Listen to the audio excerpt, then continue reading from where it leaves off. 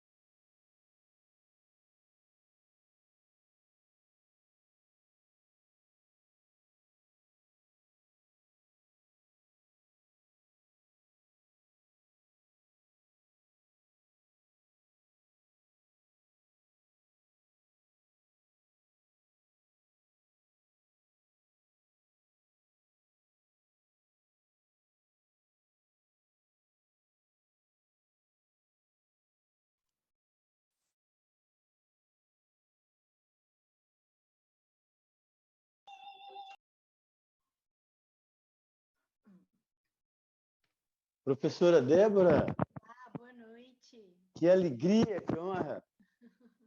Boa noite, Está professor baixinho aqui, Flávio. não estou ouvindo. Professora Débora, Olá. Ei, Tiagão, oi. Tiago nos prestigiando, hein? Aham. Professora Débora, Tudo bom? eu estou com muita saudade das suas aulas, hein? Ai, que bom. Eu tô com saudade de vocês também, Tiago. Fala mais alto aí um pouquinho. Tá baixo o volume? Tá. Espera aí que eu vou tentar aumentar aqui. Professor Lécio, quanto tempo? Melhorou meu áudio ou não? Melhorou, Mais melhorou. ou menos. A professora Melhorou? Flávia do Canto Pereira já se encontra também junto conosco na sala de número 3, o professor Lécio Machado. Professora Flávia, seja muitíssimo bem-vinda. Tudo bem? Prazer falar aqui com vocês, diretamente do Rio Grande do Sul. Que maravilha, que maravilha. Eu estou saindo de uma aula agora no Paraná, com os colegas do Ministério Público, pela Fundação. Nós estávamos ouvindo a doutora Melina Fachin sobre direitos humanos. Hoje o mundo não tem fronteiras, né? Graças aí à internet, né? Mas que alegria tê-los conosco, viu? Eu terei a honra de conduzir esse momento. Eu estarei compartilhando a condução, a mediação e a coordenação da mesa com a minha querida colega, a professora Débora Nitz, que é professora de Direito Civil, está conosco também, doutora Flávia. Ela é titular da cadeira de Direitos Reais aqui na faculdade. Excelente. Boa noite, professora Flávia. Que bom tê-la aqui com a gente. Boa noite, professora Débora. A gente já pode começar? Ainda não, né? Ainda não, temos que aguardar. O nosso horário agora é 19h30, mas nós não teremos solenidade de abertura, né? Nós vamos diretamente para o início, né?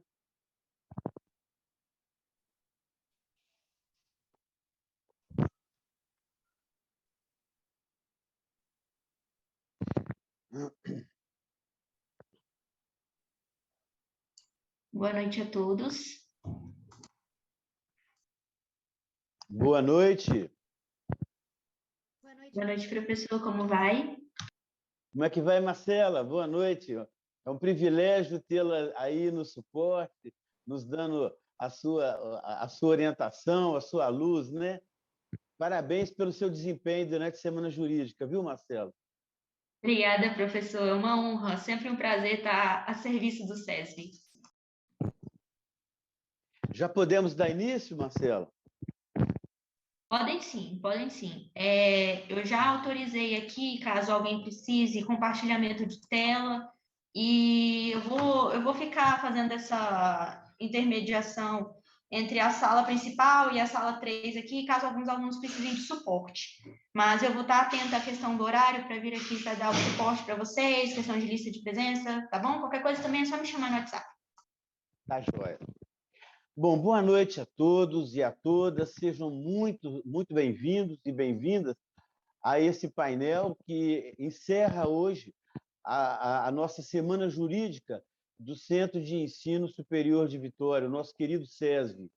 É um privilégio tê-los conosco, uma alegria muito grande.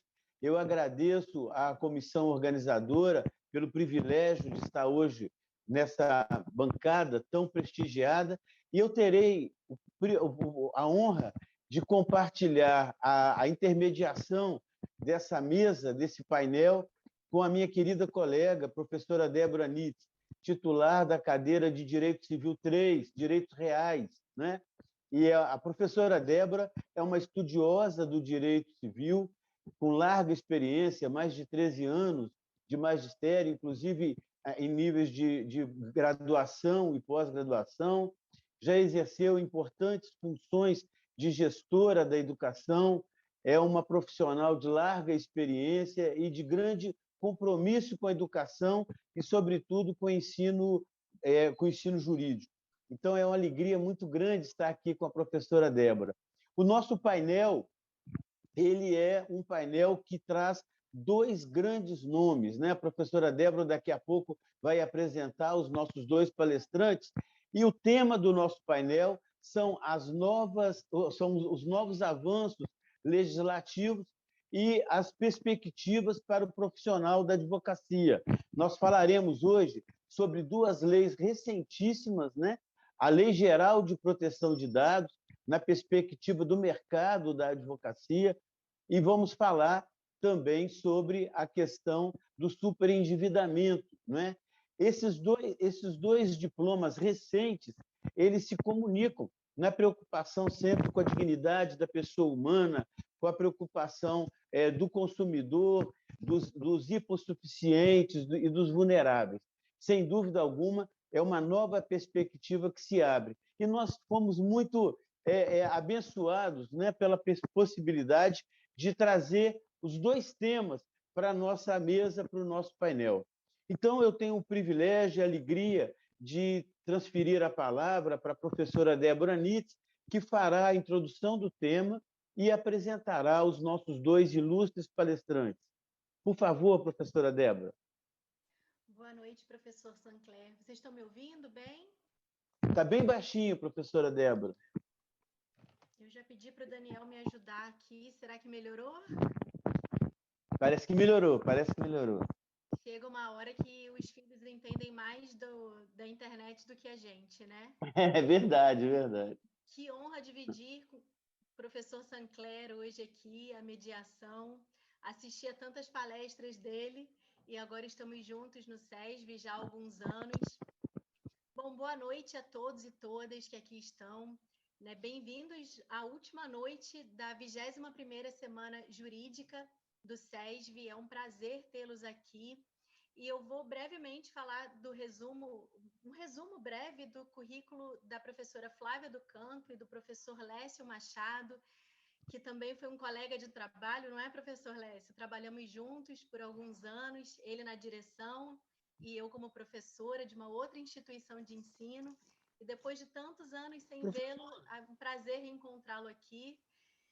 E eu vou começar, então, falando um pouquinho do currículo desses dois professores que estão aqui com a gente essa noite, e dois temas de tanta relevância. Está muito baixo ainda, gente? Tá um pouquinho. Pode melhorar um pouco. Eu vou tentar, então, entrar pelo telefone, pode ser? Ah, ótimo, professora. Nós aguardamos. Tá. Por gentileza. Sem problema. Essas questões técnicas, elas são recorrentes, todo mundo está acostumando ainda, tá tudo certo. Eu quase não entro pelo notebook, eu entro sempre pelo telefone, mas hoje eu resolvi mudar e, bom, estou entrando aí, Marcela. Esquenta não, professora, a gente aguarda aqui.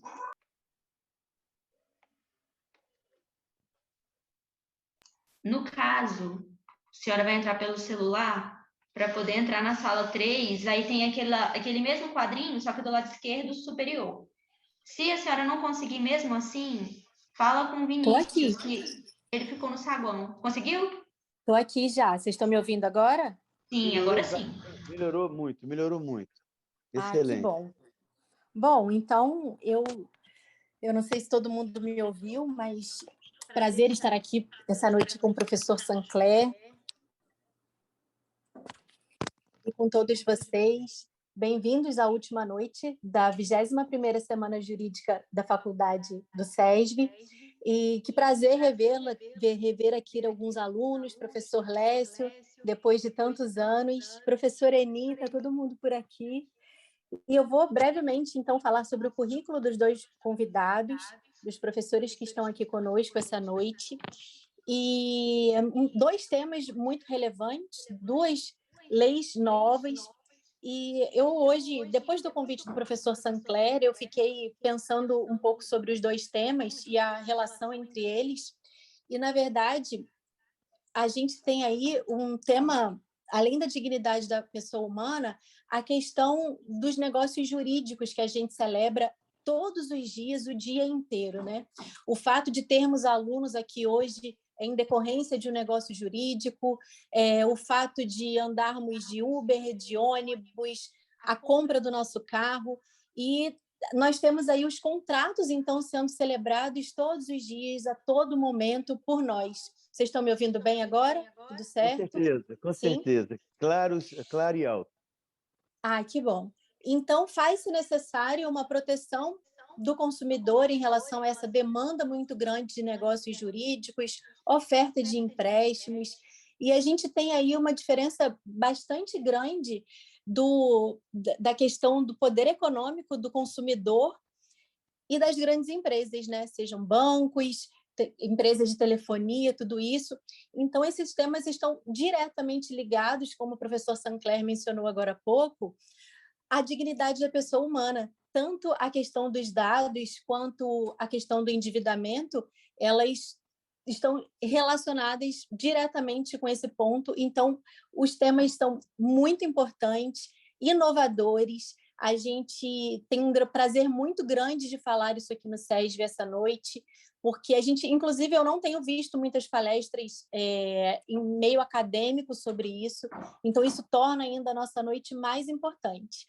Eu vou, então, apresentar aqui os nossos dois palestrantes e passar logo a palavra a eles, para que a gente possa aprender um pouco mais sobre os dois temas. E começando pela professora Flávia do Canto, ela é doutora em Direito pela PUC do Rio Grande do Sul, mestre em Direito também pela PUC do Rio Grande do Sul, é especialista em Direito Processual também pela PUC, professora da graduação, professora da pós-graduação em Direito Empresarial e Processo Civil da Pontifícia Universidade Católica do Rio Grande do Sul, professora convidada da pós-graduação em Direito do Consumidor da Universidade Federal do Rio Grande do Sul, foi diretora do PROCON Municipal de Porto Alegre, diretora do PROCON Estadual do Rio Grande do Sul e é advogada também. E o professor Lécio, que foi diretor de uma das faculdades onde eu lecionei, doutorando em Ciências Criminais pela Faculdade de Direito da Universidade de Coimbra, em Portugal. Eu nem sabia que o professor Lécio já tinha retornado ao Brasil, achei que ele até estivesse ainda em Portugal. É especialista em Direito Penal Econômico Europeu e Internacional, professor universitário, escritor, advogado. Ele desenvolveu, me corrija, professor Lécio, se eu estiver errada, mas uma startup de inovação em proteção de dados pessoais, é isso mesmo?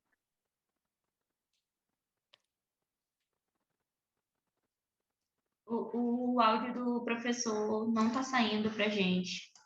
Eu também não estou ouvindo o professor.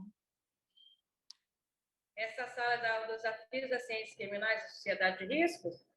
Não. Qual que é essa? Alô? A 3. Agora ouvimos. Agora ouvimos. Pois não, Sim. professor Lécio, a palavra... É a 3? Estamos ouvindo. Isso, é a sala 3 aqui. Então, é exatamente isso. É uma startup de inovação em lei geral de proteção de dados, com mais 2 sócios, um da área de TI e um da área empresarial. Olha que fantástico. Muito interessante mesmo. E aí, sócio, então, dessa startup, membro da ANPPD e da ANAD e da Iberojur. Eu não sei se a pronúncia é exatamente essa, da ANADB. Então, passamos a palavra primeiro à professora Flávia do Canto, professor Sancler. É isso, Sem né? dúvida. Primeiro a professora Flávia do Canto. O respeito às mulheres. Por gentileza, professora Flávia, por gentileza. Boa noite a todos e a todas. Eu acho que só gostaria de testar meu áudio. Estão me ouvindo bem? O volume? Sim. Tudo? Estamos sim, professora. Excelente. Então, primeiro, eu gostaria de agradecer o convite tão carinhoso do professor Sancler, mais uma vez pela participação aqui no evento, para falar de um tema que, para mim, é muito caro, na medida em que eu trabalho com esse tema junto com a professora Cláudia Lima Marques, na Universidade Federal do Rio Grande do Sul. Estou agora, nesse momento, fazendo pós-doutorado sobre a supervisão da professora Cláudia, então eu acho que eu posso aqui trazer alguns pontos de enriquecimento para os alunos, na medida em que há uma necessidade de mostrar para os alunos os novos caminhos do direito, as novas perspectivas, né, em termos profissionais. Então, a lei de superendividamento, assim como a lei geral de proteção de dados, elas vieram, né, trazer mais instrumentos jurídicos aí acessíveis a todos. Muito obrigada pelas palavras, professora Débora Nitz, né, o professor Lécio Machado também aqui. Eu cumprimento nessa noite aos alunos, eu vejo que a participação é massiva, nós temos 65 pessoas na sala, então é um evento muito grandioso e agradeço mais uma vez pela participação. Bom, eu queria aqui hoje conversar um pouco com vocês sobre a Lei 14.181, né, que recentemente foi promulgada e atualizou o Código de Defesa do Consumidor, né? Então, se hoje a gente for acessar, né, no site do Planalto o Código de Defesa do Consumidor, a gente já encontra esses novos artigos, né, inseridos no Código de Defesa do Consumidor. E com grandes novidades, né, com muitas novidades, eu diria.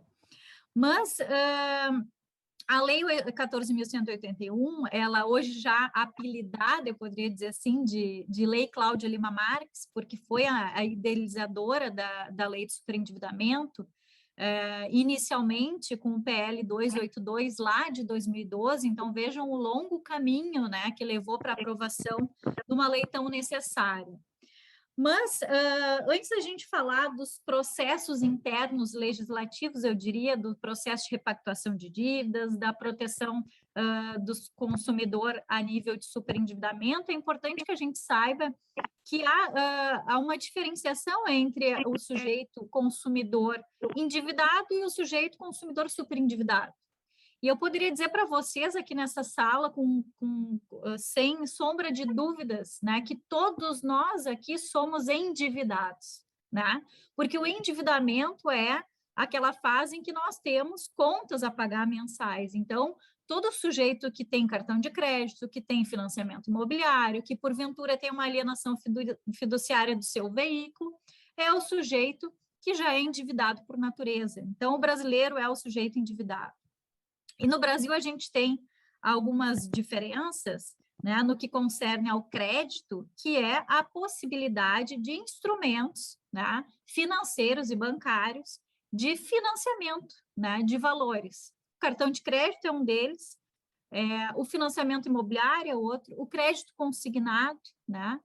E é claro que isso empodera o consumidor, né, para o mercado de consumo, para que ele possa adquirir produtos e serviços. A gente sabe que muitos brasileiros dependem do crédito para fins de aquisição de bens de consumo. Então, um bem com valor aquisitivo muito alto, né, um automóvel, um imóvel, até mesmo um computador, enfim, são bens que, às vezes, os brasileiros, para que eles possam usufruir ou adquirir, eles precisam, então, do crédito.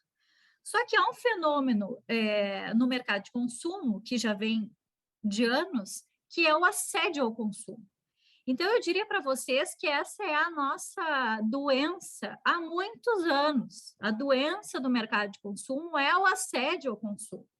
E eu diria mais, que é o assédio ao idoso, é o assédio ao aposentado, é o assédio àquele que é mais fácil o banco ou a financeira conseguir efetivamente consignar valor direto em conta da sua aposentadoria, né, do seu valor mensal que ele tem, que ele percebe. Então, vejam da importância da necessidade de aprovação de uma lei que, a rigor, né, assim que efetivamente ela for começar a ser implementada pelos tribunais e pelos PROCONs, ela vai trazer a garantia de que esse consumidor, que esse brasileiro, ele possa voltar para o mercado de consumo. Pessoal, eu estou falando aqui do brasileiro super endividado, porque o endividado somos todos nós. O super endividado, ele precisa dessa proteção porque ele está à margem da sociedade. Ele não tem condições de alimentação, moradia, vestuário. A professora Cláudia Lima Marques sempre nos diz, essa lei foi feita para pobre, não para classe média. Tá? A lei foi feita para pobre, não para classe média. Não que ela não venha auxiliar a classe média, não que ela não venha auxiliar outro cidadão que necessite, mas ela não vai auxiliar aquele que, porventura, fez um crédito consignado, né? Porque precisou viajar para a Disney ou levar o filho para a Disney, ou porque comprou um automóvel novo, ou porque trocou de apartamento. Então, a lei de superendividamento, ela tem que ser entendida que ela foi planejada e pensada para trazer garantias dentro da Política Nacional de Relações de Consumo do artigo 4º do CDC. Então, a gente pode começar tratando desse ponto. Dentro da Política Nacional de Relações de Consumo, foram inseridos 2 incisos dessa política nacional que objetivam uma maior harmonização entre partes que não são iguais, porque banco e financeira não é igual a consumidor e nunca será, porque a gente não tem uma relação equilibrada. A relação de consumo por si só, ela já é uma relação desequilibrada, né? Então, a gente tem na cadeia de fornecimento, né, o banco, a financeira, que é nosso objeto hoje de fala aqui, como ente mais forte, e o sujeito vulnerável, que é o consumidor. E consumidor vulnerável, consumidor fraco, é qualquer consumidor. A lei não classifica vulnerabilidade, a lei reconhece vulnerabilidade no inciso 1º do artigo 4º do Código de Defesa do Consumidor. Então, o professor Lécio, o professor Sancler, a professora Débora, eu, o Tiago, o Antônio, o Edson, todos aqui somos consumidores vulneráveis, independente da classe econômica, independente da questão cognitiva, independente de qualquer situação que nos envolva nas nossas vidas. Esse é o primeiro passo. Bom, mas o sujeito que é vulnerável, que é o consumidor, ele pode estar endividado, como estamos, mas ele vai ter um superendividamento que, pela Lei 14.181, é aquela pessoa natural, e não é a empresa, portanto, é a pessoa natural, e ela está excluída da sociedade de consumo. Por isso, dentro da Política Nacional de Relações de Consumo, no artigo 4º, foram inseridos esses 2 incisos, o inciso 9º e o inciso 10º. Um que visa o fomento à educação. Eu acho que tem um áudio me atrapalhando. Desculpa, professora. Por gentileza, Marcela, emudece esse áudio, por favor, dessa pessoa. Por gentileza. Desculpa, professora, as nossas esposas. Por gentileza, não tem pode problema nenhum, isso é feitos da modernidade, né? Então, dentro da Política Nacional de Relações de Consumo, esses 2 incisos que eu mencionei anteriormente, o inciso 9º e o inciso 10, visam exatamente a proteção do superendividado dentro de uma Política Nacional de Relações de Consumo. Então, começa com 2 novos princípios, tá, que nós temos. O primeiro, que se refere a ações direcionadas à educação financeira e ambiental, tá? E o segundo se refere à prevenção e tratamento do superendividado como forma de evitar a exclusão social. E aí eu digo para vocês que é por isso que a lei veio, para trazer aquele que está excluído da sociedade de consumo para dentro da sociedade de consumo novamente. Então, eu vou tratar o sujeito que está superendividado para trazer melhorias em relação à dignidade dele, as condições mínimas, né, o mínimo existencial, e trazer esse consumidor para o mercado de consumo, para que ele possa, né, voltar a adquirir bens e serviços. Então, eu vejo que a lei de superendividamento, ela beneficia não só o consumidor superendividado, mas beneficia também o mercado econômico como um todo, porque faz com que pessoas que não estavam há bastante tempo com condições de participar dessa sociedade de consumo, eles possam voltar para essa sociedade de consumo. Muito bem, nós vimos que o superendividado é pessoa natural e que ele tem que voltar para a sociedade de consumo, né? Ele não pode ser excluído socialmente.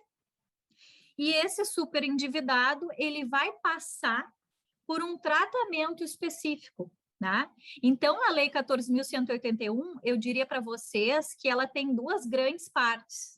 A primeira parte, no que se refere ao processo de repactuação de dívidas, e uma segunda parte que se refere ao processo de superendividamento, tá? Então, dentro dessas 2 fases, né, a primeira, quando se fala em tratamento e prevenção do superendividado, é a fase conciliatória, né? E essa fase conciliatória prevê o quê? prevê a reunião dos credores, né, desse superendividado, né, e um plano de pagamento que vai ser, digamos, orquestrado por meio de um juiz, né, ou pelo PROCON, né, porque esse processo de repactuação ele pode ser no âmbito administrativo ou no âmbito judicial, isso é importante. Então, o consumidor, superendividado, ele pode procurar o PROCON da sua cidade, ou ele pode procurar o judiciário, certo? E aí, esse processo de repactuação, ele visa, então, chamar esses credores para que se faça um plano de pagamento num prazo de 5 anos, para que esse consumidor possa, então, assegurar do mínimo existencial, né, um percentual de mínimo que ele precisa para viver, e o restante pagando essas prestações no período de 5 anos para o adimplemento dessas dívidas. E aí vocês poderiam me perguntar, bom, professora, que dívidas? Todas as dívidas de consumo que esse consumidor contraiu ao longo dos anos e fez com que ele se tornasse superendividado, tá? A lei do superendividamento, ela exclui as dívidas relativas à aquisição de imóvel. Por quê? Justamente porque a lei é para pobre, né? A lei não é para o sujeito que tem condições de fazer o financiamento imobiliário, né? Então, se a gente for ler a fundo todos os artigos incluídos no Código de Defesa do Consumidor, a gente chega à conclusão, que é a conclusão idealizada pela professora Cláudia, de que a lei é para tratar o sujeito excluído. Esse é o ponto central. Eu digo para vocês, por experiência de PROCON, eu fiquei 5 anos no PROCON do Estado, aqui do Rio Grande do Sul, que boa parte do atendimento de PROCON era a respeito de consumidores já superendividados. E esses consumidores superendividados, por vezes, não tinham condições nem de comprar a passagem do ônibus para ir até o PROCON, tá? Então, a situação em que esses normalmente aposentados chegavam até o PROCON, tá? É uma situação de, assim, um empréstimo em cima do outro. E as financeiras tentando assediar cada vez mais o consumidor para ofertar crédito. Como é que funciona essa oferta de crédito, esse assédio de crédito? Bom, o cidadão ele deve 10 mil para o BMG. Vem outro banco e diz assim, eu te empresto 20. E aí ele aceita, porque ele acha que ele vai quitar aqueles 10 e ainda vai sobrar 10 mil. Só que, de fato, ele passa a dever 20 e não mais 10, né? Então, são várias as circunstâncias e os casos, né, que envolvem o superendividamento em virtude desse assédio que é vedado pela lei de superendividamento. E quando eu falo em assédio ao consumo, é oferta. Aquelas ofertas, por exemplo, não consultamos o seu nome no SPC e Serasa, né? Juro zero. E todas essas expressões constam hoje no Código de Defesa do Consumidor e são vedadas, são práticas abusivas. Então, hoje, os bancos e as financeiras, eles têm que mudar a forma, né, de fazer marketing em relação ao assédio para a oferta de crédito, seja consignado, o que for, incluindo seguros. Bom, eu falava para vocês dessa fase conciliatória, que é da prevenção e tratamento superendividado. Essa prevenção e tratamento, essa conciliação ocorre em âmbito administrativo ou em âmbito judicial, eu chamo todos os credores, e aí eu estabeleço um plano de pagamento. Bom, o que acontece se um dos credores não aparece para a audiência de conciliação que o PROCON pode agendar ou no judiciário ela pode ocorrer? O juiz vai determinar, né, quais são as condições para pagamento daquela dívida pela qual o credor não compareceu na audiência, incluindo inexigibilidade de débito. Ou seja, ele pode excluir aquela dívida, né, como forma de penalizar esse credor que não compareceu à audiência de conciliação. Então, esse é um dos fatores inéditos, inclusive, né, em que nenhuma outra legislação, se a gente for pensar em direito comparado, prevê, né, que é a inexigibilidade de débito por ausência do credor em audiência de conciliação. Né? Então, esse é um dos pontos muito positivos da lei do superendividamento. que a gente tem no artigo 54D, parágrafo único do Código de Defesa do Consumidor, né? Além, pessoal, claro, que pode acarretar redução dos juros, né? A inexigibilidade de débito é a principal causa, né? Eu diria. A redução dos juros, encargos, né? A dilação de prazo de pagamento, entre outras sanções possíveis. Então, pode ser que esse banco, essa financeira, pela ausência de comparecimento na fase conciliatória, sofra uma sanção administrativa pelo PROCON, por exemplo. Então, o PROCON pode dar seguimento ao processo administrativo sancionatório e aplicar uma das sanções previstas no artigo 57 do CDC. Então, multa, né, fechamento temporário de estabelecimento comercial, suspensão temporária de serviços, tá? A multa pecuniária é a mais comum, mas não impede que haja outra com maior rigor, digamos, todas aquelas sanções administrativas previstas, então, no artigo 57. Bom, essa é a fase do processo de repactuação, né, que eu falava para vocês. Além disso, pode ocorrer a sujeição compulsória, né, dos credores em relação ao plano de pagamento da dívida. Então, o juiz ele vai determinar como que será feito esse pagamento do devedor consumidor para os credores. Tá? Muito bem, não havendo acordo, o que ocorre?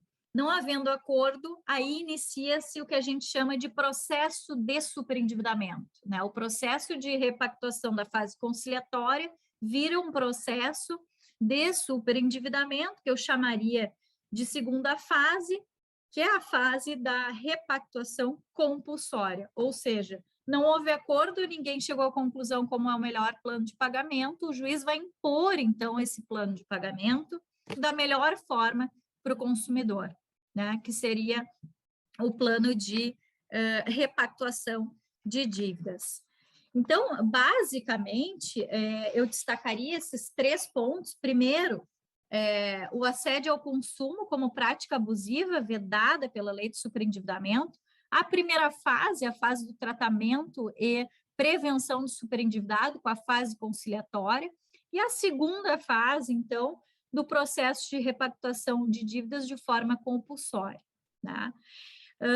A grosso modo, essa é a legislação que foi idealizada, né, desde 2012 pelo PL 282 e aprovada, eu acho que faz cerca de 2 meses, ou não, 3 meses já, e atualizado o Código de Defesa do Consumidor, principalmente na parte de proteção contratual do consumidor, a partir do artigo 50 do CDC, vocês vão observar essas novas inclusões dos artigos no que se refere à Lei Cláudia Lima Marques ou à Lei do Superendividamento. Tem um aspecto importante que, já que a temática do evento é uma nova carreira jurídica, para que vocês que são alunos possam pensar como trabalhar com isso, eu diria para vocês que tem vários aspectos aí para serem trabalhados. Primeiro, o aspecto dentro da empresa, né, em que o advogado que não pensa no litigioso, ele pode pensar no compliance consumerista.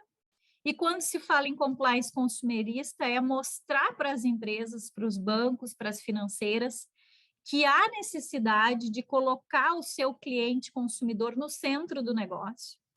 E quando eu digo colocar o consumidor no centro do negócio, é estabelecer dentro da empresa, dentro do banco, dentro da financeira, um bom atendimento ao consumidor, um serviço que é o SAC, serviço de atendimento ao consumidor eficiente, né? A maneira de se ofertar esses créditos de maneira mais educativa, né? E não, por vezes parece até utópico falar isso, mas já há vários bancos pensando dessa forma, né? Nova forma de fidelização do cliente, né? Que é ajudar ele com a educação financeira. Então, a gente tem esse escopo de trabalho, que é o compliance no âmbito do direito do consumidor, para fazer dentro das empresas. E aí eu não falaria só bancos e financeiras, mas toda e qualquer empresa que atende consumidor final, tá? Então, esse é o primeiro aspecto. O segundo aspecto é no âmbito administrativo, né? O advogado que trabalha pró-consumidor ou o advogado que trabalha pró-empresa. né? O advogado que trabalha pró-consumidor é o advogado que vai auxiliar e levar esse consumidor a procurar o PROCON para ter o auxílio administrativo necessário para ingressar desse processo de repactuação de dívidas.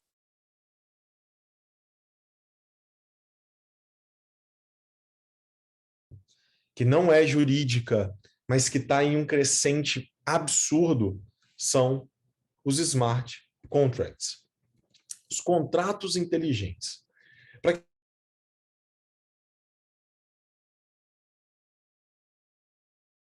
Um colega do MP brasileiro, professor, ele faz parte da minha formação, é importante eu dizer isso para todos aqui, em especial para você, Renata.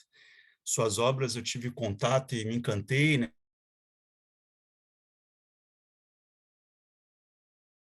Sobre esses processos de repactuação, mas é dizer para vocês que eu fico muito feliz em poder falar sobre esse assunto e muito feliz de que nós tenhamos essa lei do superendividamento, a Lei Cláudia Lima Marques, porque ela foi trabalhada imensamente aqui no Rio Grande do Sul, principalmente dentro da Universidade Federal, né? Foi um trabalho exaustivo, desde a época em que eu estava ingressando no doutorado, né? E a professora Cláudia foi incansável, e, aliás, por causa da professora Cláudia, estou aqui falando para vocês, né, professor Sancler, a convite e indicação da professora, porque é importante que a gente divulgue a lei mais, que os alunos se empoderem desse novo mecanismo do superendividamento, que possam não somente estudar a lei do superendividamento, mas divulgar para os seus familiares, amigos.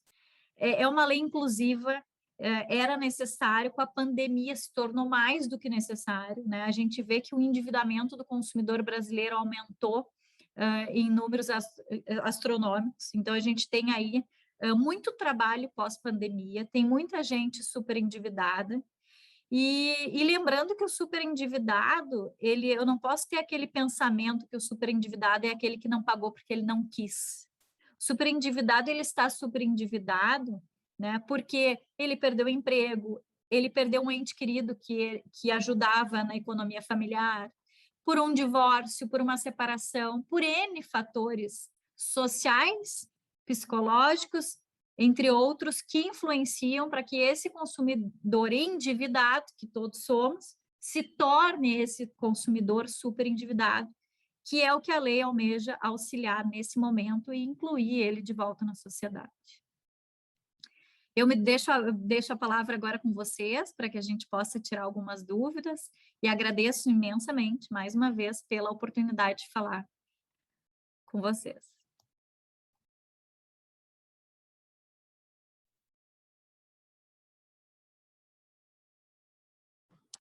Está no mudo, professor. Professor Sancler, está no mudo.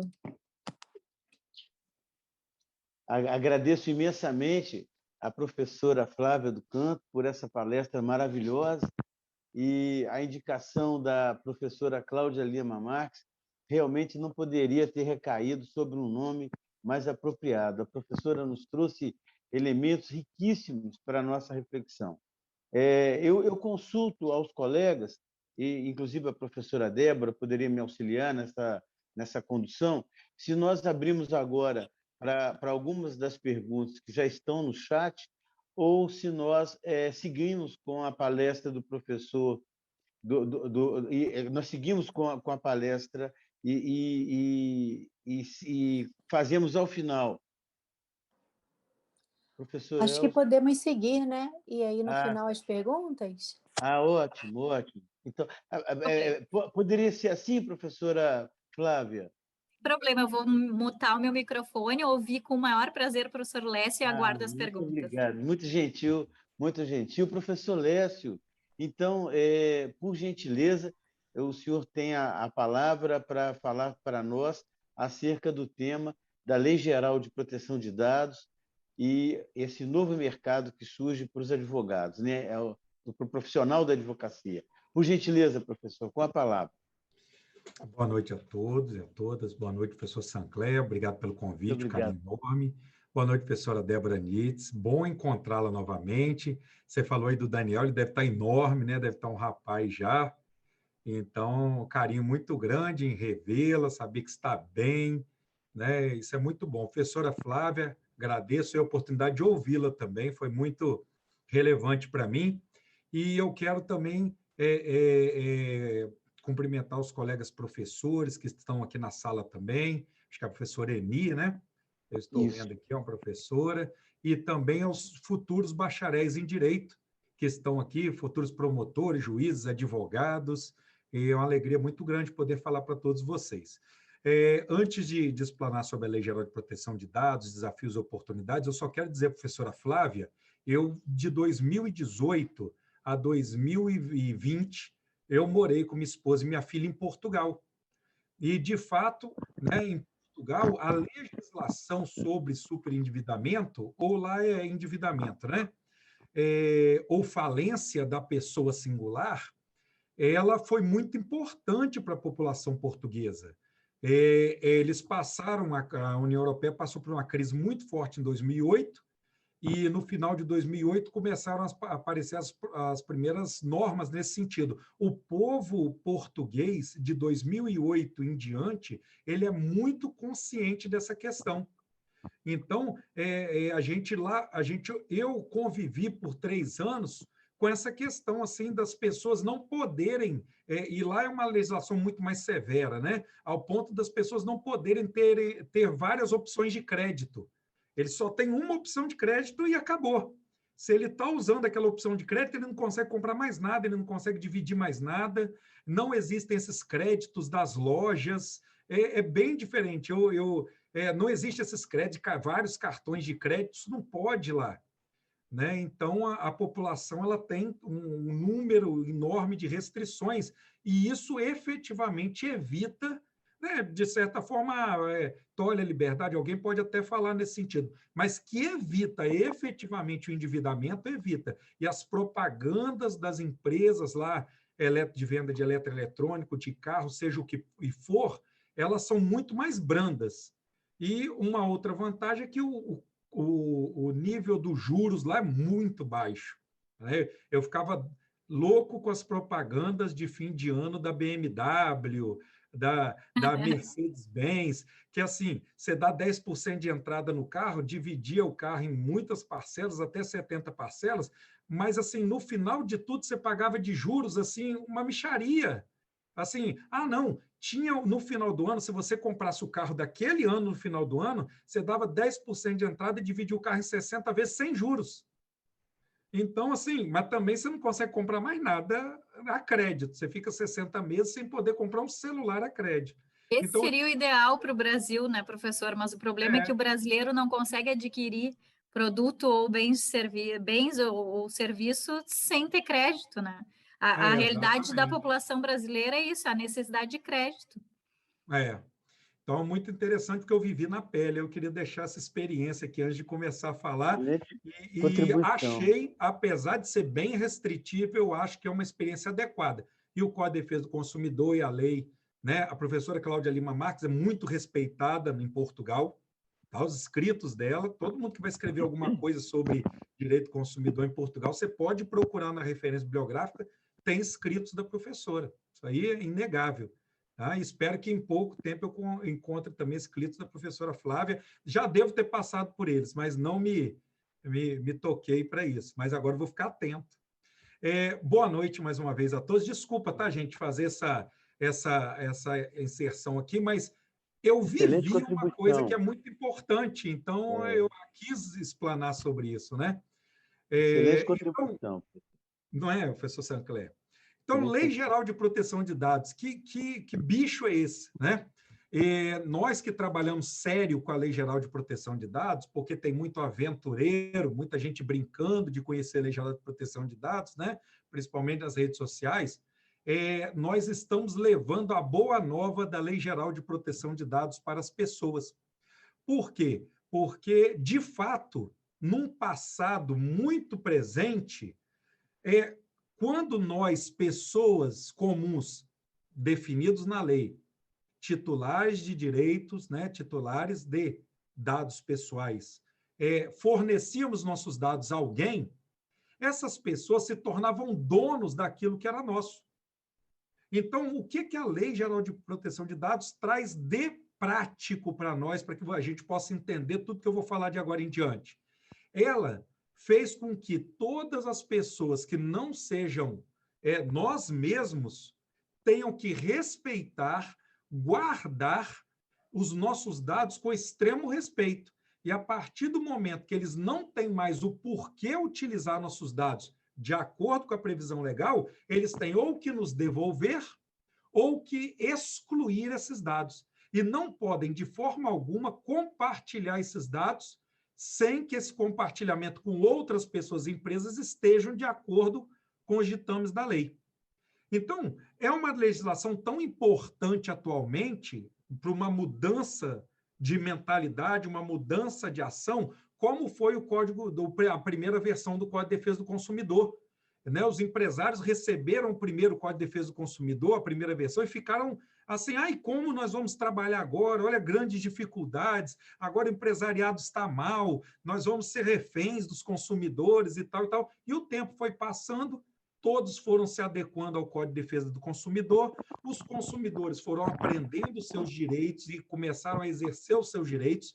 Falta ainda muito acesso à justiça, nós sabemos isso, né? E os empresários, muitos deles foram se adequando, porque maus empresários nós vamos continuar tendo de qualquer forma, né? Isso aí nós vamos continuar tendo.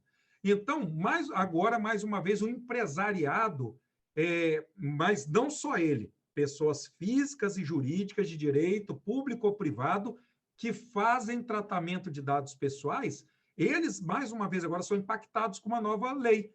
E uma lei que muda o jeitão da utilização daquilo que não era deles, nunca foi deles, e agora eles precisam de ter essa consciência. Então, a ideia central da Lei Geral de Proteção de Dados é essa. Só que essa Lei Geral de Proteção de Dados, eu não vou explanar sobre Lei Geral de Proteção de Dados aqui, porque a Lei Geral de Proteção de Dados tem mais de 60 artigos e tem muitos conceitos, né? Eu quero convidar vocês a buscar informação conceituais sobre esse tema. Talvez depois, no futuro, a gente possa fazer um workshop sobre o tema em si. Mas o que eu quero dizer aqui para o foco o foco que é o estudante, que é o futuro bacharel? Como que eu hoje, bacharel em Direito, posso, tendo interesse em estudar a Lei Geral de Proteção de Dados e me especializar na Lei Geral de Proteção de Dados, como eu posso utilizar essa legislação e como isso pode me ajudar a sair da faculdade e poder atuar? Primeiro, a Lei Geral de Proteção de Dados, ele requer um novo profissional, não só um profissional da área jurídica, ele requer um novo profissional multidisciplinar.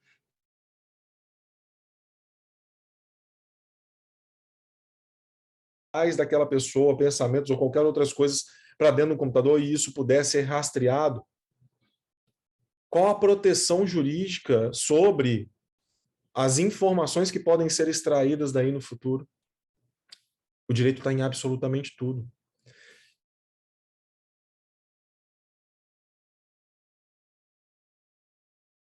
Tu coloca um populismo penal midiático, porque o crime fascina. O crime gera fascinação.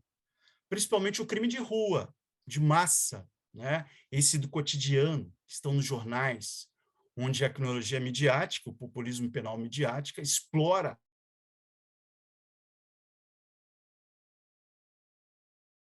Depois nós temos a admissão. Quem faz a admissão? Quais os órgãos? Por onde ela passa? Porque a admissão é tratamento de dados. Seleção de empregados é tratamento de dados. Como é que eu determino quais os benefícios que o empregado vai receber? É ticket de alimentação? Esse empregado admitido, ele vai precisar de fazer a ASO, que é o exame admissional, né? Então, como é que ele vai fazer? Normalmente o exame admissional é feito fora da empresa. Então, como é que esses dados vão ser compartilhados? Então, o profissional da Lei Geral de Proteção de Dados, ele efetivamente é um profissional multidisciplinar. Para esclarecer, é um profissional muito mais prático do que TI. Tecnologia da informação é uma pequena parte da Lei Geral de Proteção de Dados. as empresas, os trabalhadores que utilizam tratamento de dados, nós temos, assim, está encharcado de tratamento de dados e de dados pessoais, todas essas atividades empresariais e as atividades públicas também. Qualquer atividade pública é encharcada de dados pessoais. Não é? Então, é necessário que esse profissional conheça processos, possa aprender a gerenciar projetos. Então, é um grupo de atividades. Mas a Lei Geral de Proteção de Dados, então, o que fez? Ele, primeiro, necessita de advogados que atuem no compliance em Lei Geral de Proteção de Dados, né, para ajudar a empresa a entender quais são seus processos de tratamento de dados e qual a melhor forma que a empresa deve atuar para evitar um incidente com dados pessoais. Então, é um advogado em compliance, é um advogado que não é do contencioso, é um advogado que é do corpo da direção da empresa. Você vai ter o advogado que vai atuar na defesa dos direitos dos titulares de dados pessoais, né? Então, isso é extremamente importante. No seu escritório, você vai receber pessoas, por exemplo, nós estamos com a demanda altíssima hoje, o meu escritório não consegue dar vazão, aposentados que tiveram os empréstimos lançados nos seus benefícios sem que fossem autorizados.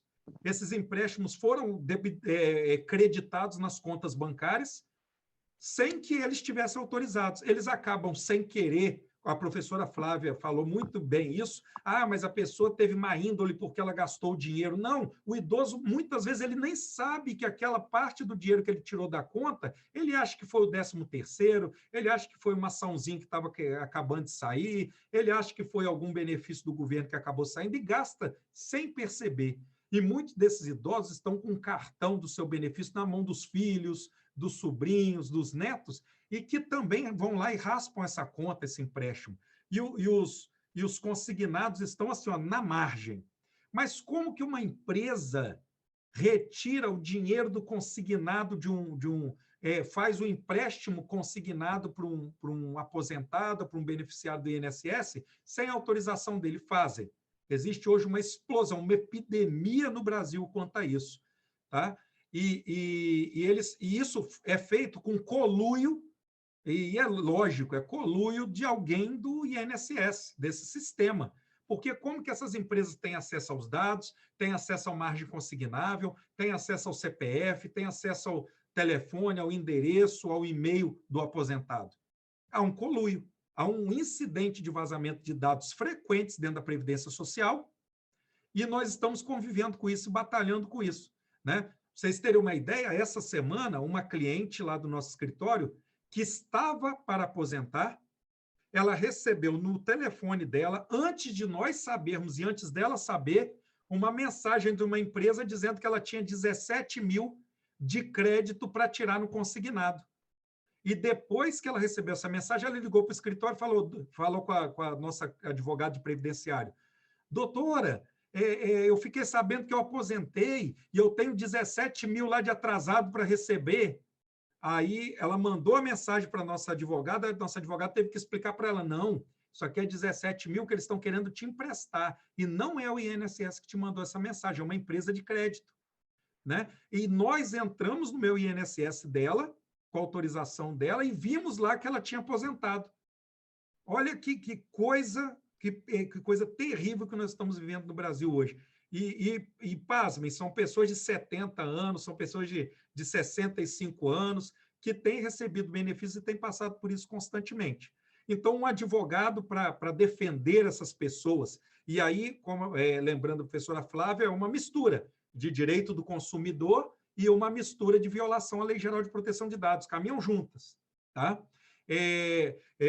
Vocês terem uma ideia, só para fazer um adendo aqui nisso, já existiam normas de proteção de dados pessoais no Código de Defesa do Consumidor. Não é novidade no direito brasileiro, não, já existiam. Tem lá normas, tem até um tipo penal no Código de Defesa do Consumidor que está ligado a um incidente com vazamento de dados. Até isso existia já no Brasil. Né? Então, isso é muito relevante. Um advogado para defender as empresas, né? Um advogado para trabalhar no contencioso das empresas, defendendo as empresas das futuras e presentes ações ligadas à violação à Lei Geral de Proteção de Dados. Então, existe lá no artigo 42 da Lei Geral de Proteção de Dados a responsabilidade civil, civil, moral, patrimonial, individual ou coletiva, que o controlador ou operador dos dados pessoais daquela pessoa tem que arcar se houver uma violação à Lei Geral de Proteção de Dados, um incidente, uma violação de qualquer forma. Então, é necessário advogados também preparados para esse contencioso, que vai ser muito forte, né? Hoje, o direito digital, que seria algo mais amplo do que essa parte de Lei Geral de Proteção de Dados, é um ramo do direito que ainda não existe, de fato, não existe assim um ramo direito digital, mas é algo que está se formando e está se criando, e a Lei Geral de Proteção de Dados também tem uma perna lá. Por quê? Porque existem violações que ocorrem a partir de ações de criminosos, não é? A partir de ações de criminosos que atuam na área de tecnologia. Como eu falei para vocês, Lei Geral de Proteção de Dados não é só tecnologia, não é segurança da informação, tecnologia só, mas também tem uma parte da Lei Geral de Proteção de Dados que está dentro da tecnologia. Então, um profissional engenheiro, olha só que importante que é um novo profissional, um profissional engenheiro em segurança da informação com conhecimentos jurídicos. Um profissional formado em gestão de projetos com conhecimentos jurídicos na Lei Geral de Proteção de Dados. Todos esses são novos cargos que vão se inserindo dentro de grandes empresas. E, hoje, o grande ponto do momento, que são os encarregados de Lei Geral de Proteção de Dados. A Lei Geral de Proteção de Dados diz que cada um desses operadores ou controladores, que são chamados de agentes de tratamento de dados, que fazem tratamento de dados, devem ter um profissional, que é a ligação entre a Autoridade Nacional de Proteção de Dados, a Autoridade Nacional de Proteção de Dados, a ANPD, que é o órgão da administração pública, uma autarquia que faz a fiscalização do tratamento de dados praticados pelos agentes de tratamento de dados no Brasil. Então, esse encarregado de dados, ele é um indivíduo que deve conhecer aonde transitam todos os dados pessoais dentro da empresa, deve fazer a ligação entre a empresa, o titular de dados pessoais, né, e a empresa e a ANPD, a Autoridade Nacional de Proteção de Dados. É um profissional multidisciplinar que não precisa ser da área de TI, não precisa ser da área de jurídica, não precisa ser certificado por ninguém, tá? Tomem cuidado, tem muita gente vendendo certificado na internet, te obrigando a pagar R$6.000 para se certificar, mas a Lei Geral de Proteção de Dados não obriga que o encarregado de proteção de dados seja certificado. Basta que você estude, né? Escolha aí um material de estudo adequado e estude. E se prepare para esse mercado. Então, o encarregado geral de proteção de dados, ou DPO, tá? A sigla do inglês é DPO, DPO, é esse profissional que vai atuar nas empresas, e atuando nas empresas vai ser esse meio de caminho, vai ser esse grande conhecedor. O DPO está se tornando um elemento tão importante dentro da empresa e ele é conhecedor de muitos segredos da empresa, porque todas as atividades empresariais que têm tratamento de dados ele deve conhecer. Todo novo projeto de uma empresa que vai iniciar, o encarregado de proteção de dados tem que participar dessa reunião para ele dar a opinião dele. Então, por exemplo, eu tenho uma empresa, a professora Débora já lembrou isso, nós temos uma empresa que é a Security LGPD. Eu coloquei aí no chat algumas informações, o meu Instagram, o Instagram da empresa, o site da nossa empresa, para vocês quiserem conhecer, é securitylgpd.com, e um site aí da Amazon, o link da Amazon do meu livro, né? Eu escrevi um livro no período que eu estava encarcerado na pandemia, eu estava aí carcerado, falei, vou fazer o quê? Vou escrever um livro, né? Comentários à Lei Geral de Proteção de Dados, é da editora Lumen Iuris, lancei no final do ano passado, e é um livro que eu comento artigo por artigo, não só eu e um amigo meu do doutorado, que é o João Alexandre, nós comentamos artigo por artigo da Lei Geral de Proteção de Dados. Nosso livro já está no fim, ele já está, a edição já está praticamente esgotando, nós estamos trabalhando numa segunda edição, e vamos fazer uma edição bem mais nova, bem melhorada, porque eu amadureci muito nesse período, né? Sem dúvida nenhuma, a gente amadurece, porque é tudo muito novo. Então, lá, por exemplo, nós trabalhamos para grandes empresas já com a adequação das empresas à Lei Geral de Proteção de Dados. Existe um processo de adequação, né?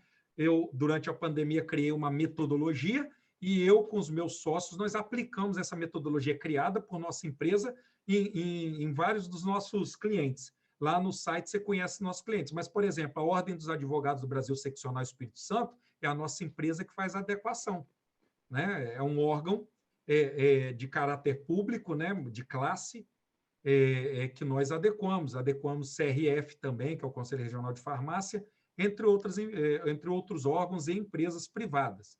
Então, por exemplo, uma das faculdades que é nosso cliente, a encarregada de proteção de dados pessoal é a arquivista da faculdade, é a chefe da biblioteca da faculdade, formada em arquivismo. Não é formada em direito nem tecnologia, mas ela está se aprimorando. Numa outra empresa, que é uma empresa de engenharia, é uma das engenheiras que está se aprimorando em Lei Geral de Proteção de Dados. Eu tenho também algumas empresas que é um advogado, né?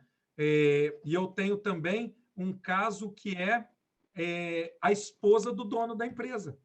Ela estava em casa, queria contribuir com a empresa, o dono da empresa chamou ela e falou, olha, você não quer ser encarregado de proteção de dados? Ela, pelo amor de Deus, não, mas ele convenceu ela. E ela está se dando super bem. Ela é formada em administração, se dando super bem no cargo. Então, são várias as possibilidades, essas são as que eu estou encontrando agora, né? Mas são várias as possibilidades ainda profissionais que estão por vir, né? Você tem uma ideia, a nossa empresa, de tempos em tempos, nós colocamos no nosso catálogo de serviços novos serviços que a gente nem imaginava que a gente poderia prestar no passado. E nós agora estamos prestando. Por quê? Porque a gente vai aprendendo juntos. Então, é um mercado novo. Ah, Alessio, e na área acadêmica? Sim, na área acadêmica está aberto também, né? Eu quero me especializar, porque eu quero fazer um mestrado nessa área, eu quero depois escrever uma tese, doutorado sobre esta área, eu quero lecionar sobre isso, não só sobre Lei Geral de Proteção de Dados, mas sobre o mundo digital de modo geral, também está aberto. Então, as oportunidades, as perspectivas, principalmente para aqueles que estão com a mente aberta e prontos ao desafio, são muito grandes, né? Eu me coloco à disposição de vocês para responder as perguntas, me coloco à disposição de vocês também nas minhas redes sociais para que vocês possam acompanhar lá e entrar em contato. Coloco a minha empresa Security LGPD à disposição também para aqueles que precisam de tirar dúvidas, se preparar. Vocês terem uma ideia, nós temos clientes igrejas, uma grande igreja aqui da Grande Vitória, é a nossa cliente, precisa se adequar, faz tratamento de dados, né? Então, são muitas as empresas e pessoas, até pessoas físicas que fazem tratamento de dados, precisam aí da atuação de bons profissionais.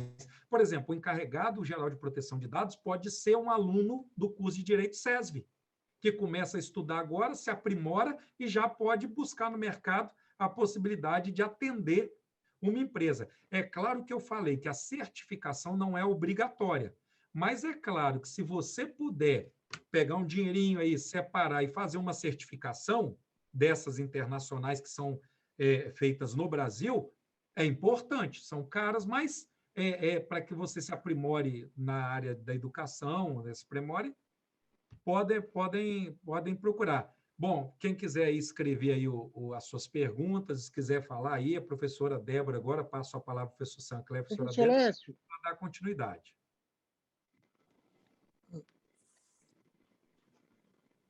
Professor Sancler, o áudio. Eu sempre esquecendo do áudio. Obrigado, professora Débora. Tiago, professor Lécio, eu gostaria de agradecer e passamos imediatamente aí as perguntas, tanto dirigidas à professora Flávia quanto ao professor Lécio. Parece que o nosso querido Tiago gostaria de fazer uma intervenção, Tiago. Não, só queria comentar que esses dias aí eu participei de uma palestra, Assistência Judiciária João Mendes, Gente Mackenzie, sobre esse assunto aí, cara. Muito Que interessante, bacana. né? Muito obrigado, Tiago. Agradecemos aí a sua contribuição. Você conhece? Você conhece? Não, né? Tiago, não. Bom, vamos prosseguir, então. Eu gostaria de dizer que como que os dois temas dialogam, né? Eu estava, durante as duas brilhantes intervenções, eu estava pensando lá quando o Código de Defesa do Consumidor nos fala dos cadastros de consumidores, né?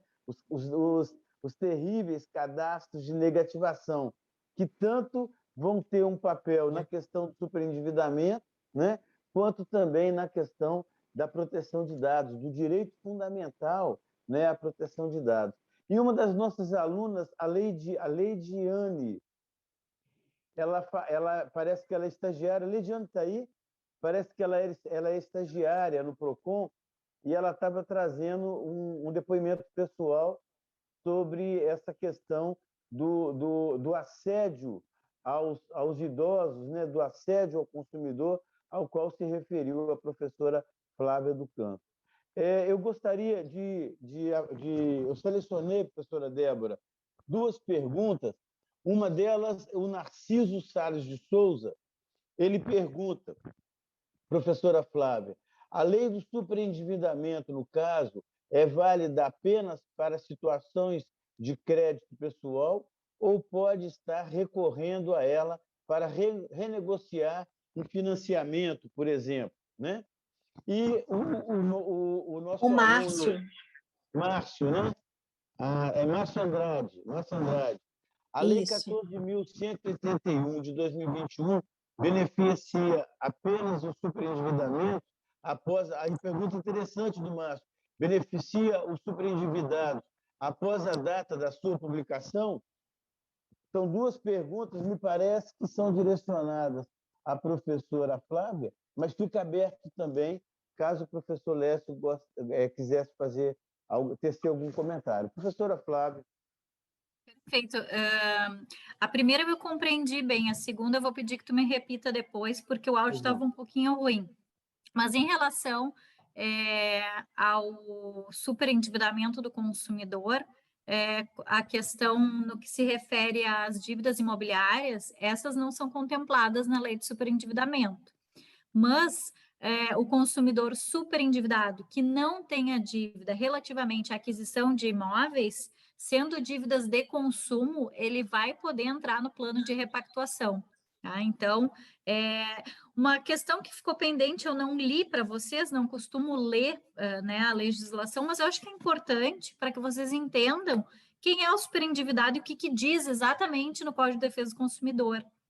E diz aqui que entende-se por superendividado ou superendividamento a impossibilidade manifesta de o consumidor, pessoa natural de boa-fé, pagar a totalidade de suas dívidas de consumo, exigíveis e vincendas, sem comprometer seu mínimo existencial nos termos da regulação.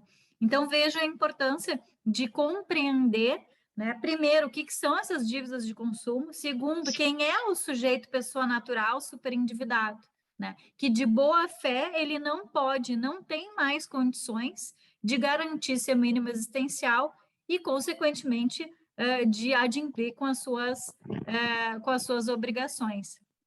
Então, em especial, essa pergunta, as dívidas imobiliárias não são contempladas pela lei. Eu repito mais uma vez, né, professor Sancler, a lei é para pobre. Isso é importante, é uma lei O Código de Defesa do Consumidor no todo é de interesse social, né? Mas eu acho que a garantia do mínimo existencial, como prevê o artigo 6º da Constituição, é a maravilha da lei de superendividamento, e me deixa muito feliz em saber que, apesar dos vetos por parte do Executivo, eu sou uma crítica, eu ainda acredito que possa ser revertido, dependendo da construção política que está sendo feita, mas eu acho que houveram alguns vetos importantes, né, e que seria necessário reverter no âmbito do Executivo, que um deles se refere à questão da margem do consignado, que hoje está em 35%, aumentou 5% por uma lei emergencial da pandemia, está em 40%, né? Mas esse foi um dos vetos muito tristes, né? Como do atual governo em relação ao superendividamento. A segunda pergunta, professora, é do Márcio Andrade. Ele nos pergunta... A senhora está me ouvindo bem? Agora estou. Ele nos pergunta se a Lei 14.181 de 2021 beneficia apenas os superendividados após a data da sua publicação, em 2 de julho de 2021, ou se ela teria uma aplicação retroativa. O superendividado, eu li o conceito agora para vocês, a lei se aplica a qualquer pessoa natural superendividada, independente da época em que ela contraiu essas dívidas. Então, se no momento ela está superendividada e a lei está em vigor, ela vai poder usar esses instrumentos de repactuação das dívidas. Maravilha. Professora, eu me recordo quando que o Código de Defesa do Consumidor surgiu, em 1990, muita gente falava o seguinte: nós tínhamos, na época, mais de 32 milhões de brasileiros vivendo abaixo da linha da pobreza. E muita gente dizia que a defesa do consumidor era uma pauta de supérfluos, que não interessava a maioria, sobretudo num país com tantas pessoas abaixo da linha de pobreza e colocados fora do mercado de consumo, né? E a senhora, trazendo esse histórico da construção da lei do superendividamento, a lei Cláudia Lima Marques, né, que seguramente será um refrigério para uma parcela significativa da população, nos faz demonstrar, nos traz exatamente o contrário. A lei é para pobre, a lei é para os excluídos do mercado de consumo, para aqueles que estão com a sua dignidade mal ferida, né? Hoje nós ainda temos entre nós aquela expressão pejorativa e extremamente cruel do nome sujo, né? Como se a professora, nossa querida colega aqui do SESI, a professora Ana Paula, que leciona Direitos da Personalidade, né? É uma civilista brilhante, e que a gente sabe que o nome é um atributo essencial da personalidade, né, professora? E a senhora nos lembra isso, que o direito do consumidor e a lei Cláudia Lima Marques, ela vem exatamente socorrer a parcela hipervulnerável da população, né? A parcela cuja vulnerabilidade extremada os coloca, inclusive, fora do mercado de consumo, né, professora? Exato. E tem vários dados, várias questões no que concerne a época em que o código ele foi aprovado, em 1990, e é um histórico de muitas lutas dos movimentos consumeristas. É uma época que o Brasil passava por uma enorme recessão na década de 60, 70, que começaram a surgir os movimentos consumeristas junto com os movimentos trabalhadores. Então, é importante a gente resgatar esse histórico para compreender a importância da Lei de Defesa do Consumidor, né? Que surge no momento de um mercado de consumo à época em que a população brasileira não tinha certeza, né, dos valores de bens e serviços, porque oscilava muito, era um período muito nebuloso, eu diria. Mas graças a esses pequenos movimentos consumeristas, a exemplo do movimento das donas de casa, né, que foi um movimento muito importante para a defesa do consumidor, que fazia aquelas pesquisas de preço em função da oscilação do preço da cesta básica, que fomentaram e idealizaram e impulsionaram a importância, depois da Constituição de 88, da promulgação de uma lei de defesa do consumidor. E eu até indico aos alunos, tem um documentário que a Universidade de Passo Fundo, aqui do estado, fez, que está disponível no YouTube, sobre o movimento consumerista brasileiro. E aí vocês vão compreender a importância da Lei 8.078, que é o nosso Código de Defesa do Consumidor, para fins de trazer um pouco mais de segurança para o consumidor no mercado de consumo, principalmente quando surgiu, né, os grandes shopping centers, os centros comerciais, as lojas de departamento, em que, pessoal, a gente hoje tem muito acesso. Naquela época, houve a massificação do mercado de consumo, né? E cada vez mais, hoje, com a inclusão da internet, mais fácil fica o acesso para a classe média, né? Porque o pobre, que é boa parte da população brasileira, ele não compra ainda pela internet. A gente fala muito em acesso para a internet, em compra de produtos pela internet, mas grande parte da população não compra ainda pela internet. É que a bolha que a gente vive, o mundo acadêmico que a gente está, parece que isso é igual para todos, mas não é. Então, daí a gente começa a perceber, principalmente quem trabalha em PROCON, da importância da lei, né, de trazer maior proteção para o vulnerável, para o consumidor. Isso é muito interessante. Sugiro, então, esse documentário, que é o Movimento Consumerista Brasileiro, para que tenha essa abordagem histórica bem importante. Nós vivíamos um momento de grande refluxo na defesa do consumidor, com aquela famigerada jurisprudência do mero aborrecimento, né? Depois a gente teve aquela visão de que havia uma indústria, alguns juízes alegavam que havia uma indústria do dano moral, quando, na verdade, o que existe é uma indústria da lesão ao consumidor, né? Mas aí nós tivemos o mero aborrecimento, agora já se agita uma jurisprudência acerca de uma advocacia predatória. É uma expressão cunhada por uma jurisprudência defensiva dos tribunais, de alguns juízos, que coloca a advocacia como uma advocacia predatória em defesa do consumidor, né? Como se ela estivesse inventando casos de lesão, de lesões aos consumidores. Então, nesse ambiente de retrocesso, nesse ambiente de refluxo da defesa do consumidor, quando surge a lei do superendividamento, quando surge a lei geral de proteção de dados, que, a par do Marco Civil da internet, vão fazer com que o ambiente virtual possa ser efetivamente seguro para todos, né? Nós podemos encontrar aí um pouco de oxigenação, tanto do direito, quanto também das relações negociais, às quais a professora Débora se referia na abertura dos nossos trabalhos, né? Eu gostaria até de consultar a professora Débora se nós temos mais alguma pergunta e se ela gostaria de tecer alguma consideração. Temos, sim, algumas perguntas. Eu vou seguir a ordem aqui, que é a pergunta do Narcísio. Eu acho que agora é mais para o professor Lécio.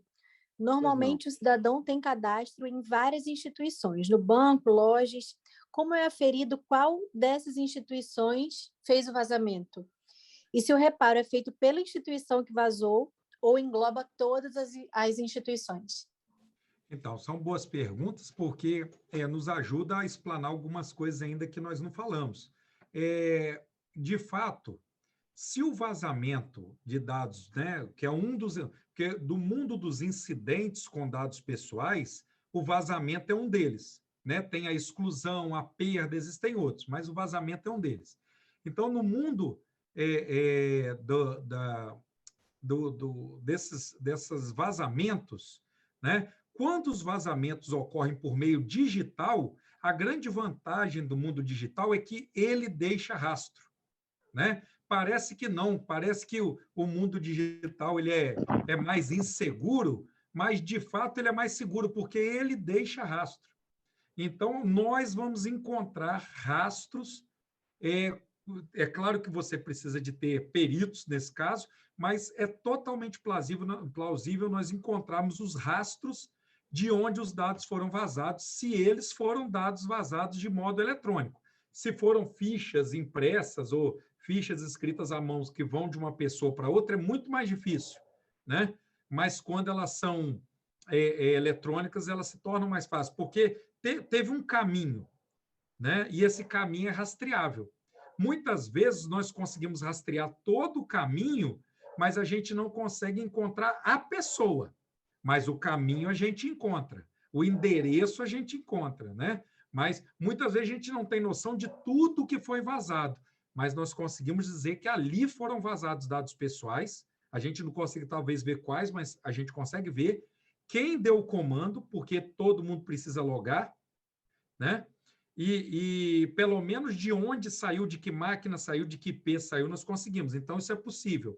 Agora, no que tange à legislação, a Lei Geral de Proteção de Dados, ela nos diz o seguinte, que o operador e o controlador são e aqueles que compartilham dados pessoais são responsáveis solidariamente. O que quer dizer isso? Todos vão poder ser chamados e ser obrigados a reparar. Se um não tiver condição, o outro vai fazer. Depois, eles que se acertem entre si. Vou dar um exemplo muito simples aqui. Uma empresa, uma grande empresa, compartilha dados pessoais dos seus colaboradores, para sair um pouco da questão do consumidor, só para a gente lembrar que também os colaboradores têm seus dados vazados e tal. Então, uma empresa que é muito grande tem os seus dados dos seus colaboradores enviados para uma terceirizada, que é uma empresa de contabilidade. Essa empresa está adequada à Lei Geral de Proteção de Dados, é segura, tal e tal, mas o seu contador não é.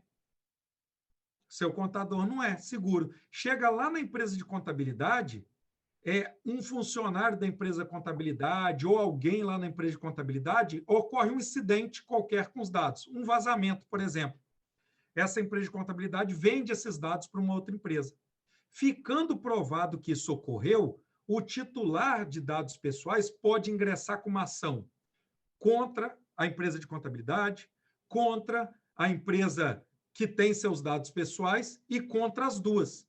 E as duas vão ser condenadas porque a obrigação de reparar é solidária.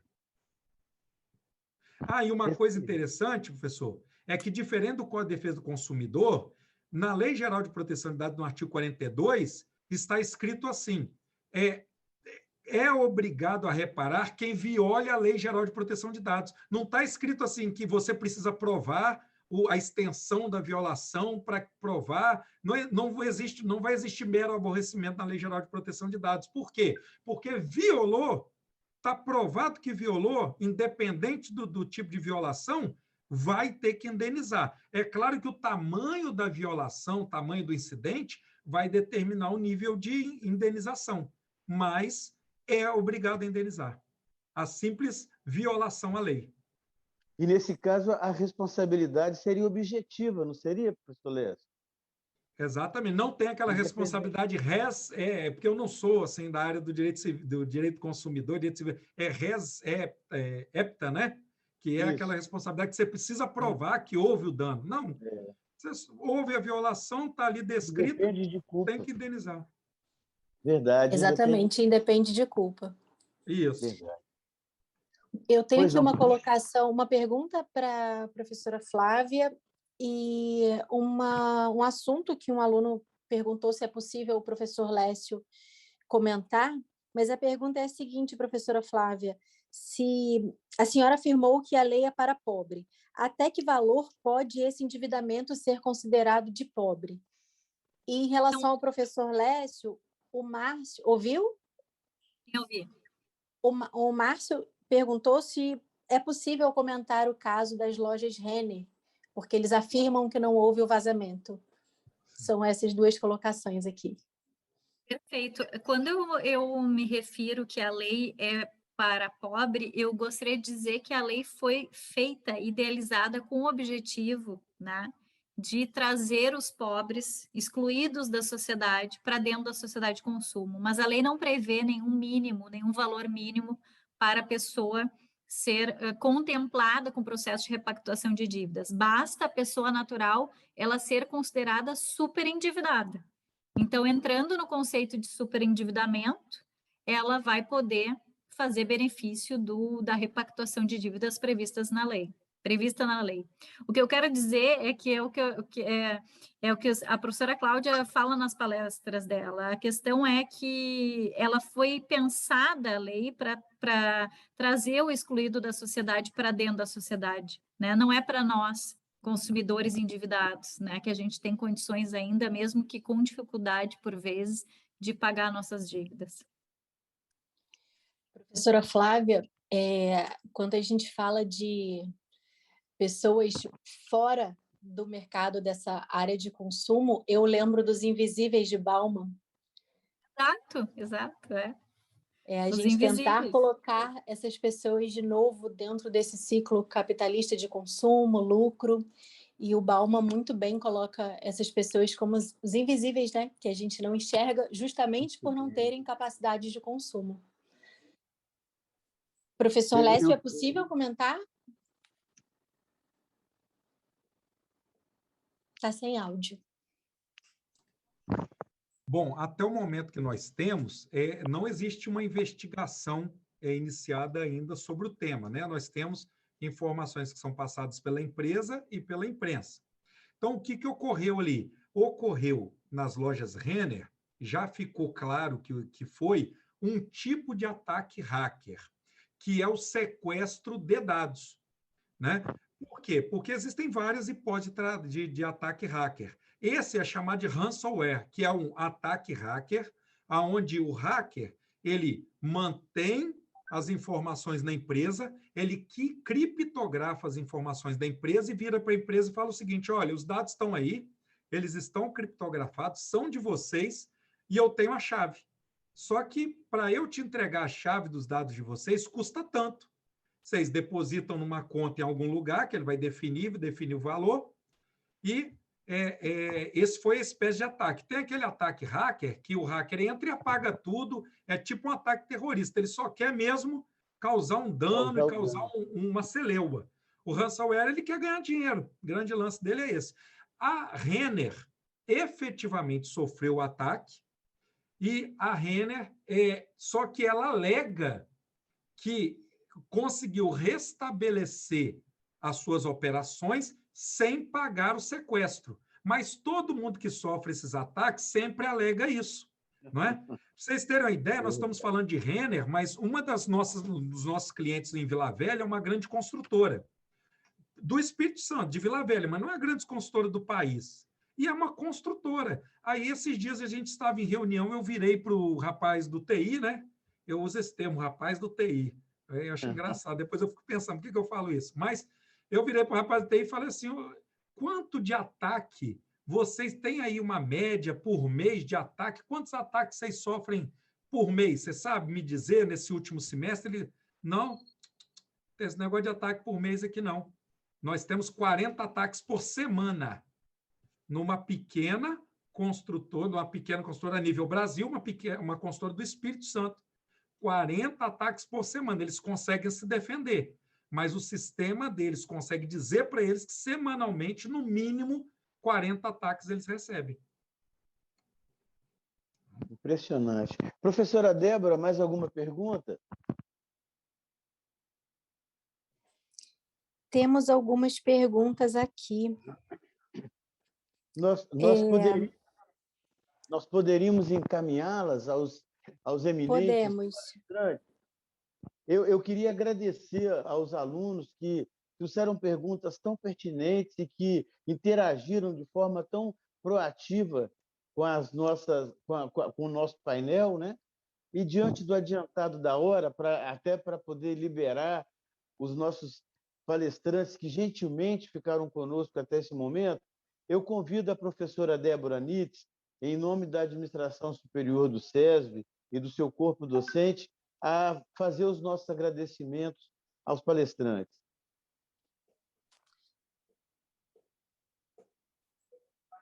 Achei que tivesse no mudo, mas não. Bom, que noite, né, gente? De muito aprendizado, temas muito relevantes, novos, 2 leis aí que chegaram para a nossa própria proteção e 2 áreas de trabalho excelentes, né? Novas, que vale a pena a gente tanto focar, de repente, os trabalhos de conclusão de curso nessas áreas, como pensar no mercado de trabalho, porque, como são áreas novas, como bem disse aí o professor Lécio, a gente vai ter uma demanda muito grande de profissionais nessa área. Então, é hora da gente começar a também pensar nisso, né? A todos os alunos que estão aqui. Eu fiquei feliz de ouvir falar hoje da professora Cláudia Lima Marques. Estudei muito pelos livros dela e merecida homenagem, né? Que a lei tenha o nome dela. Realmente, a professora Cláudia é um marco aí no direito do consumidor no Brasil. Mas, então, muito obrigada a todos os alunos que estão aqui presentes, os professores, em especial o professor Sancler, que nos presenteou mais uma vez com palestras excelentes, a professora Flávia do Canto, professor Lécio, que venham muitas outras noites como essa. Gostei da ideia, professor Lécio, da gente pensar num workshop, algo assim, que possa envolver professores, alunos, quem sabe, que a gente possa ter aqui também novamente a professora Flávia, falando novamente sobre isso, talvez num espaço maior, né? Porque as perguntas aqui foram muitas e eu vou encaminhar. Mas, então, em nome do SESV, muito obrigada por vocês terem vindo. A todos aqui presentes, boa noite, gente. Uma boa noite a Boa noite, todos. muito obrigada. Tchau, pessoal. Boa noite, tchau. Obrigado. Tchau, gente, boa noite. Boa noite a todos. Muito obrigada por tudo, viu? Tchau, Boa noite tchau. a todos. Tchau, boa noite.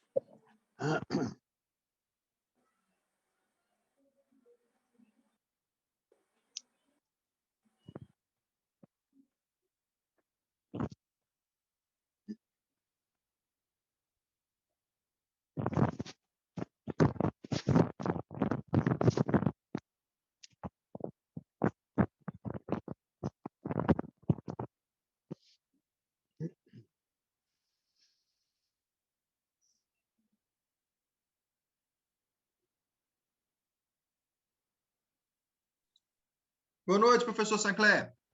Boa noite. Como é que vai, Welton? Tudo bem? Boa noite. Tudo Privilégio certinho. ter você conosco, hein? Igualmente. Professor, Pois não? uma coisa que eu observo olhando para a história, os imigrantes europeus, quando chegaram aqui, eles trabalhavam na fazenda, tinha uma mercearia, quando chegava no final do mês, ele devia tudo, devia mais na mercearia do que o salário dele. Hoje piorou mais ainda. Um país de mão de obra barata, bens de consumos caros. É como se o dono da mercearia pegasse o produto, levasse dentro da casa da pessoa, botasse na geladeira, botasse na prateleira, virasse as costas e ele fosse obrigado a pagar. O exemplo que o professor deu, professor... A professora Cláudia Lima Marques fala muito a respeito dos denominados contratos cativos. Será objeto de estudo nosso. Nós vamos estar trabalhando esse tema.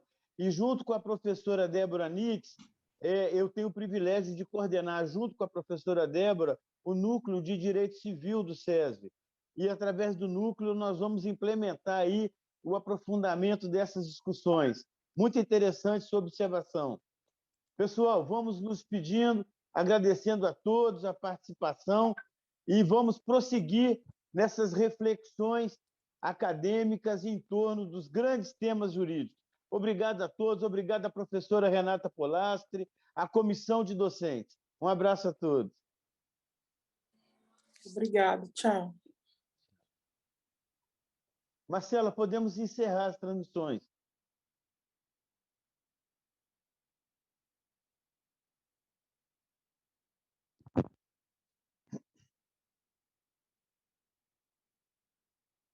Marcela, help me, please. Cadê você? Vamos encerrar. Eu preciso tirar essa gravata. Cadê Marcela para encerrar isso? Encerrar as transmissões. Já encerrou?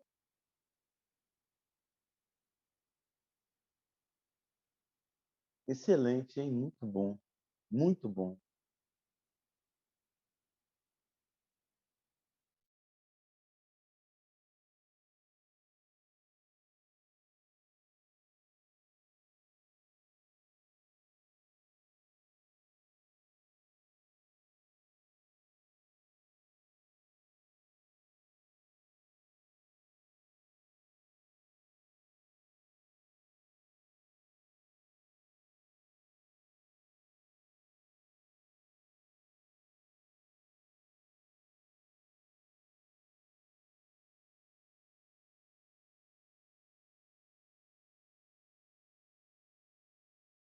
criminosas transnacionais. Para elas, é necessário um direito penal, um processo penal diferente, com prisão. Então, nós vamos restringir com prisão. Aí vocês podem ler a terceira velocidade como igual direito.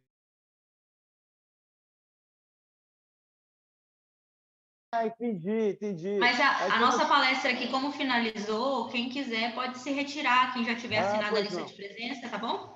Ok. Então, eu peço licença e agradeço.